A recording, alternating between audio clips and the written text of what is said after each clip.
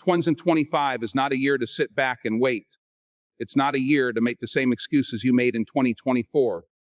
This is the year to dominate, not just survive, not just get by. Dominate. When I say dominate, I don't mean compete with your neighbor or your friend or the person at your job. I mean dominate yourself, your doubts, your fears, your distractions. Because the truth is, the hardest person you'll ever face is the one in the mirror. And if you can conquer that person, there is nothing in this world that can stop you. I didn't get here because I was the most talented or because I was the luckiest. I got here because I learned discipline. I put God first, and I refused to quit when life tried to break me. 2025 is waiting for you to make a decision. Are you going to let it pass you by, or are you going to stand up, take charge, and dominate it? The choice is yours. Discipline has been the foundation of my entire life. And if I could tell you one thing about domination, about rising to the top of your own game in 2025, it would be this: you cannot win without discipline. People see the movies, the awards, the applause, but they don't see the hours in the dark, when nobody was watching, when it was just me, my script, and the decision to give more than I thought I had. Discipline is not something you turn on when the lights come up. It's what you practice when the world isn't paying attention. It's the daily choice to show up prepared, to study, to rehearse, to push past comfort. I didn't come from privilege. I didn't have the guarantees. I had rejection. I had doubt. I had the temptation to quit. But what carried me through was not luck or talent. It was the discipline to keep moving forward. Discipline is not glamorous. It means waking up earlier than you want to, staying longer than anyone else, repeating the basics until they become second nature.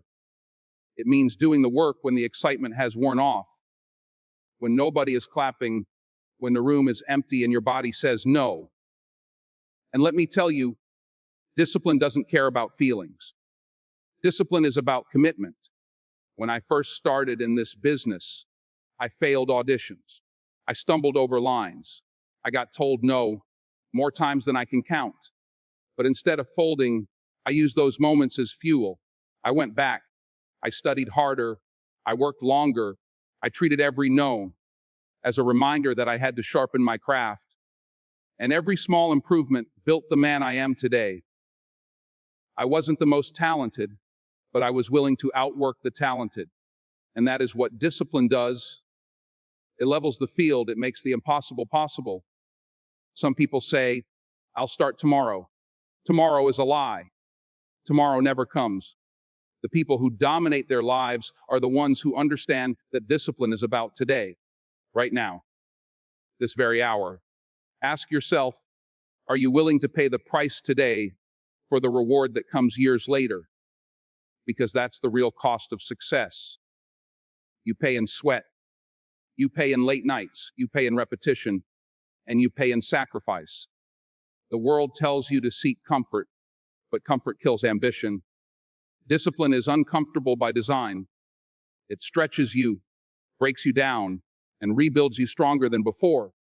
There were nights when I wanted to give up, when I thought, maybe this path wasn't for me. But then I remembered that discipline doesn't ask if you feel like it.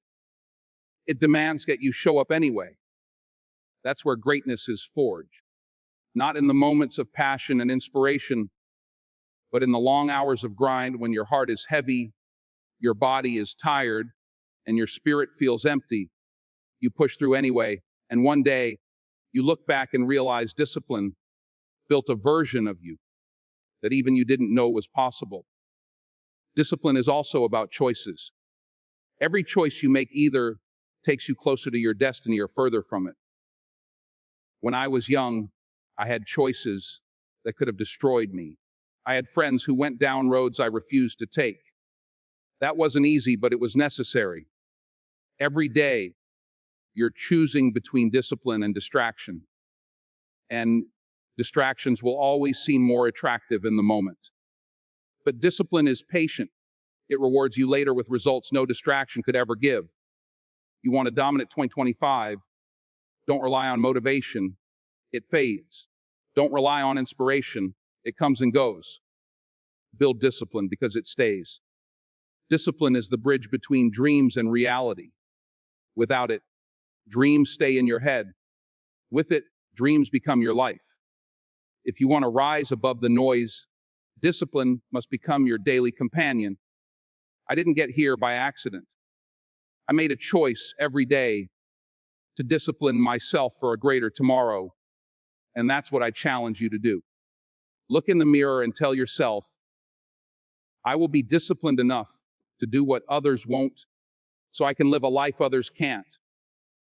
That's the difference. That's the foundation. That's how you dominate, not just a year, not just 2025, but your entire life. Faith over fear has been the guiding force of my life, and I say that not as a preacher or a saint, but as a man who has faced the same doubts, the same insecurities, the same questions as anybody else. You see, fear whispers to you every single day.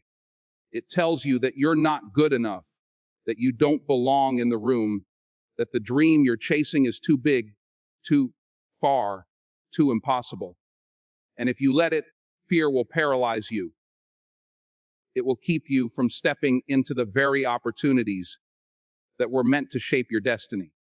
I've been there. I've looked at auditions and wondered if I had what it took. I've looked at scripts and questioned if I could truly bring them to life.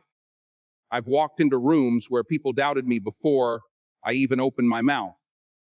But I knew this: if I allowed fear to rule me, I would never know the man I could become. Faith is the weapon that destroys fear. It is the quiet voice that tells you to keep going when everything in you wants to stop. My whole career, my whole life has been built on faith. I didn't know how it would all unfold. I didn't know if the world would accept me or if I would even make it past my first role. But I put my trust in God and I moved forward step by step without having all the answers. Too many people wait for perfect conditions before they move. They wait until the fear is gone, until the risk is gone, until they can see the whole road ahead. But that's not how life works. Faith doesn't give you the whole map. It just gives you enough light for the step in front of you. And you have to be bold enough to take that step, even when you can't see the rest of the road. There were moments when failure seemed bigger than me. Times when I felt like giving up, when I thought about walking away, but faith would not let me quit. Faith reminded me that setbacks are not the end, they are the beginning of something new. Every no I heard, every door that closed, was God's way of directing me to a better Wes. Fear tells you the rejection is permanent. Faith tells you the rejection is protection. Fear says you've lost. Faith says you're being prepared. That's the difference. That's why I stand here today, not because I was fearless, but because I chose faith every time fear tried to take control. I've learned that fear never truly leaves. It doesn't matter how much success you have, how many awards you win, how many people cheer your name. Fear will always find a way to creep in, but faith gives you the power to face it. Think about this: if fear was stronger than faith, you would have quit already. The fact that you're still standing, still breathing, still dreaming, that's proof that faith has already been working in your life. Fear only wins when you stop moving. But as long as you keep taking steps forward, as long as you keep believing that there is something greater ahead, faith will carry you through. I remember when I first stood on a stage, my hands were sweating, my heart was racing, and fear told me I wasn't ready. But faith pushed me to open my mouth, and when I did, everything changed.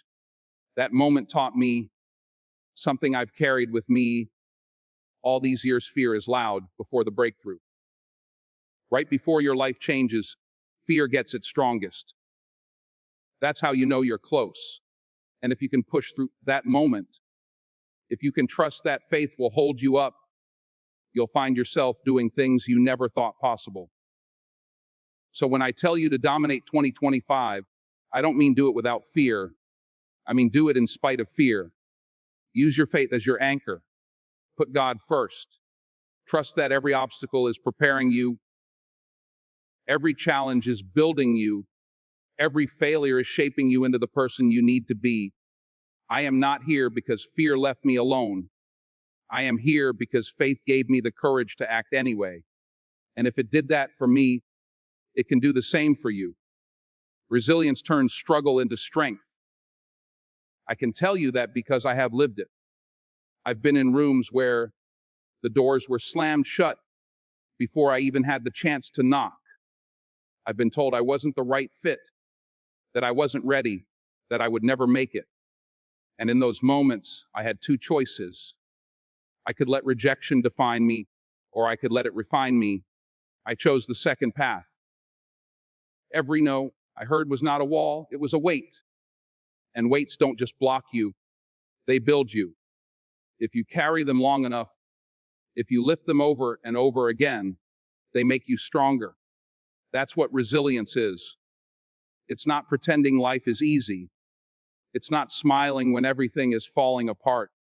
It's standing there in the storm, letting it soak you, but refusing to be swept away. When I started out as a young actor, I didn't walk into Hollywood with a red carpet rolled out. I walked into auditions where people didn't even look up from their papers when I spoke.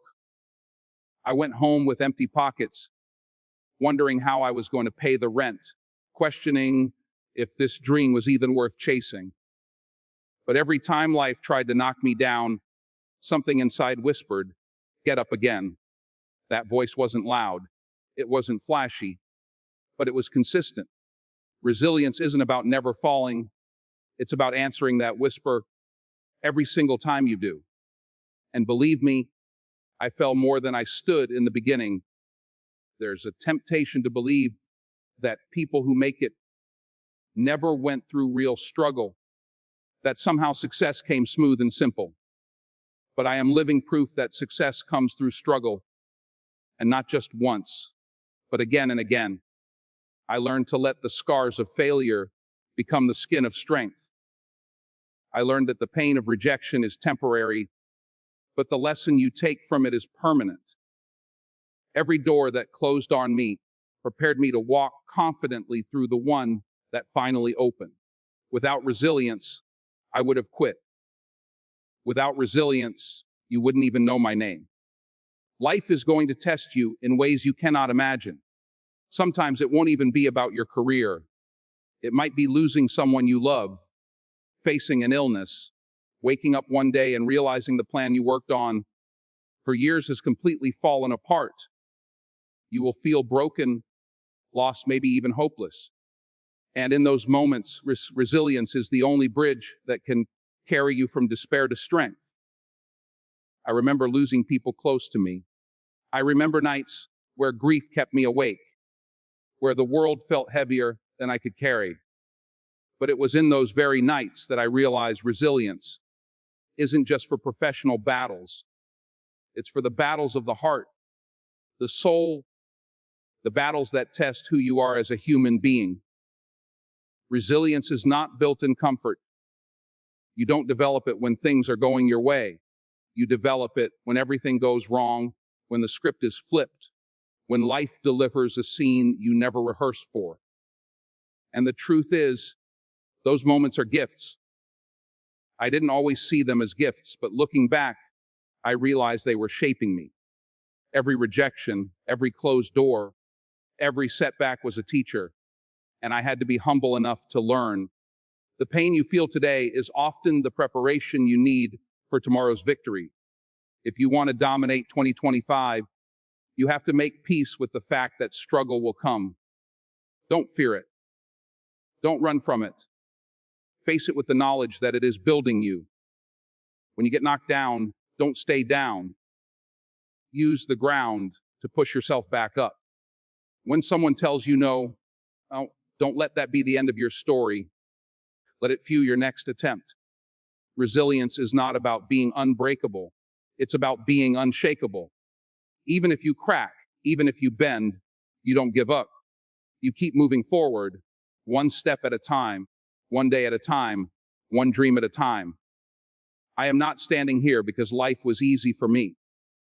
I am standing here because I refuse to let the hard times define me. I embrace them, I learn from them, and I let them turn me into someone stronger. You can do the same. 25 is not going to be a smooth road. It's going to be full of challenges. But if you decide right now that every challenge will be your gym, every struggle your training ground, then by the end of this year, you won't just survive, you will rise stronger, sharper, and more resilient than you have ever been. And that strength will carry you not just through 2025, but for the rest of your life. I've seen it time and time again. Talent alone will not carry you. You can be the most gifted person in the room, but if you don't put in the work, that gift will wither away. I was never the most talented actor, not the sharpest speaker, not the man with all the answers. But I made a decision early in my life. If I wasn't going to out-talent everybody, I was going to outwork them. And that made all the difference. When I first started out, doors were closed in my face. Casting directors didn't see me, didn't believe in me, and sometimes didn't even give me the chance to show what I could do. That's when I realized this isn't about waiting for someone to hand me an opportunity. This is about being prepared so that when opportunity shows up, I'm undeniable. Preparation is hard work. It's reading scripts when nobody's watching, rehearsing lines until they sound like they belong to your soul, and showing up earlier than anyone else. It's the grind that nobody celebrates, but it's the grind that makes success inevitable. I've always said, luck is when opportunity meets preparation. But preparation doesn't come easy. It comes from late nights when you're tired, mornings when you don't feel like it, and times when quitting looks easier than pushing forward. That's where domination begins. When you choose to push through the moments of discomfort, while everyone else is resting. Because when the lights come on, when the world is watching, you will shine brighter, not because you're lucky, not because you're gifted, but because you worked harder than anyone else in that room. There's a dangerous illusion in believing talent is enough. Talent can get you noticed, but it can't keep you there. It can open the door, but it won't hold it open. Hard work is the anchor, the thing that keeps you grounded when the waves of life try to throw you off course. I've been on sets where people thought their natural ability was enough. They showed up unprepared, thinking they could wing it. And I've watched careers burn out faster than they began as they didn't respect the process. But I respected it. I understood early on that being present, being consistent, and being committed mattered more than how much raw talent I had. Think about this. Every time you slack, someone else is working. Every time you delay, someone else is advancing. Every time you take it easy, someone else is building discipline. And when it's time to compete for that job, the opportunity, that moment, you'll find yourself behind because you thought talent alone would carry you. I never wanted to be that person. I wanted to be the one who walked into the room so prepared, so rehearsed, so committed, that nobody could deny me. That doesn't come from talent. It comes from discipline and relentless hard work. I'll be honest, there were times I didn't want to keep going. Times when rejection felt heavier than my ambition. Times when I questioned if all the effort was worth it. But in those moments, I reminded myself the work is the reward, the sweat, the effort, the hours no one sees. That is what builds character. That is what builds strength. That is what makes domination possible. Hard work builds a foundation so solid, when talent fails, you still stand tall. And here's the truth. Hard work will never betray you. It may not always give you what you expect, but it will always give you growth. It will sharpen you, humble you, and prepare you for the moment you've been praying for. Talent without work is wasted potential. But hard work, even without talent, can move mountains. I've seen people with less ability rise higher than those with natural gifts, simply because they refuse to be outworked. And that's the spirit I carried with me my whole life. You will not outwork me. You might be smarter, stronger, or more talented, but I will show up earlier, stay longer, and give more myself until the results speak for themselves. Domination in 2025 won't belong to the most talented. It will belong to the most disciplined. The people who grind when nobody's looking, the people who sacrifice comfort for commitment, the people who understand that success is not built on talent alone, but on sweat, sacrifice, and relentless persistence. That is what separates the good from the great. That is what turns dreams into reality. And that is the path I chose, the path I still walk, and the path I want for you. Work harder than anyone else, because when hard work meets talent, greatness becomes inevitable. When I talk about domination, I don't mean crushing others under your feet. That's not real power. That's insecurity disguised as strength. I learned a long time ago that the measure of a man is not just in how high he can climb, but in how many people he lifts on the way up. Success without service is empty. I've seen the brightest lights. I've walked on the biggest stages. I've held awards in my hands. But I can tell you this with certainty. None of it mattered if I using my platform to impact lives. That's what gives success meaning. That's what transforms achievement into legacy. When I was younger, I thought success was about me, about proving myself, about showing the world what I could do. But time and experience taught me something different. You realize that life is not a solo act. It's a relay. You don't keep the baton forever. You pass it on. And the real question becomes, who did you help along the way? Who did you inspire? Who did you push to dream bigger, to aim higher, to believe that they too could win? Because when your story is told, people will not remember the cars, the houses, or the trophies. They will remember how you made them feel, what you taught them, and the doors you opened for them. I have been blessed with opportunities, but those blessings were not mine to hoard. They were mine to share. And in sharing them, in serving others, I discovered a deeper kind of fulfillment. It is one thing to accomplish something for yourself, but it is another to see someone else rise because of a seed you planted. That's real success. That's impact. That's the kind of domination that lasts long after you're gone. You see, it's easy to think that domination means selfish ambition, being number one, always staying ahead. But that's a shallow definition. True domination is about influence, about leaving behind something that can't be measured in money or fame. It's about creating a ripple effect that touches lives you'll never even meet. When you mentor someone, when you encourage someone, when you invest in someone, you multiply your reach far beyond what you could do alone. And I'll tell you, nothing feels better than watching someone else rise higher because you gave them a hand. People ask me sometimes, what's the secret? Denzel, how do you stay at the top? How do you keep going after all these years? And I tell them the truth. I don't keep going just for me.